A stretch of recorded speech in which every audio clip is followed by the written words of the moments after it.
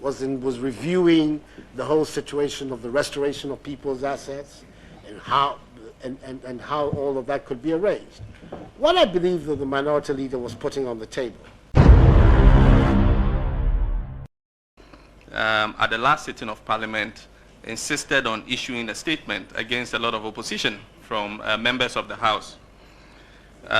Now, in that statement, he said that whether anyone liked it or not, the majority in the next Parliament, which is this Parliament, was going to introduce a motion to set up a Justice and Peace Commission to probe or inquire into June 4 and 31st December. There was an uproar from both sides of the House, and you were shown clearly walking out of the House, apparently in opposition and in disgust to what he had said. This is a case of a genuine coincidence. This is a clear case of coincidence. I want to be clear in my mind whether you were opposed to the timing of what he was saying, or you were opposed to the content or the idea of setting up such a commission, and what is your own opinion on that? I would prefer to answer the latter. I left the chamber when the discussion was on, and I think that insofar as we all do that, as you know perfectly well, I don't think that any particular significance should be placed on the times I get up and leave the chamber and come back. But my own view is that at some stage or another, we're going to have to come to grips with that whole era and its consequences. We want to come to grips with it in a way whereby the peace, the stability, the progress of our country is not jeopardized. We're required in this country, like in many other countries in the world, to make a decision as to how we deal with our past.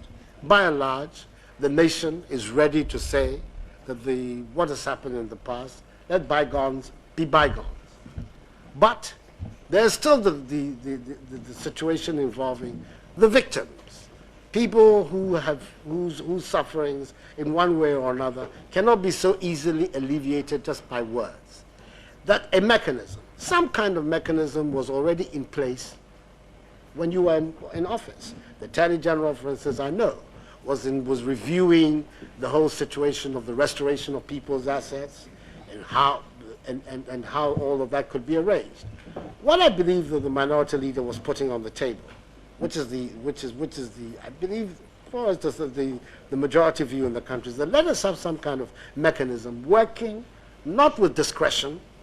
Our objection to the way that the Attorney General was handling this matter was that there was a slightly discretionary element. He would choose which people to deal with it. But let us have a mechanism which would deal with these matters in a reasonably objective and impartial way. And the only way that you could do it was to establish some sort of body that would deal with it. I am not sure in my own mind. It's a matter that we'll have to make a decision about soon, whether there's in fact any need for any particular body, because there are institutions in place, like the SHRAG, which can in fact perform these functions for those who believe that they're entitled to some sort of restitution or compensation or whatever for what has happened.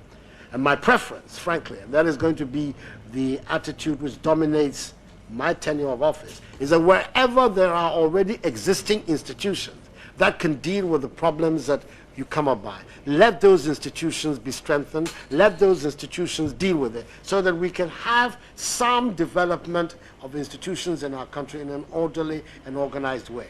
Every time we are at every stage, we're having to set up ad hoc special bodies to deal with particular problems. I myself do not think that that is a satisfactory way that we can develop the state structures of our country. I think that to the extent that the charter of the SHRAG would permit them to deal with this area, my advice would be people who have problems, let them go to SHRAG and let SHRAG deal with it, rather than going around the whole dramatic thing of the so-called truth and every country has its own peculiar circumstances. The South Africans did not have a SHRAG in place when they established the Truth and National Reconciliation Commission. I believe the Nigerians also didn't have such a body as ours in place when they decided to follow that example. We have a body that can, given the necessary institutional support,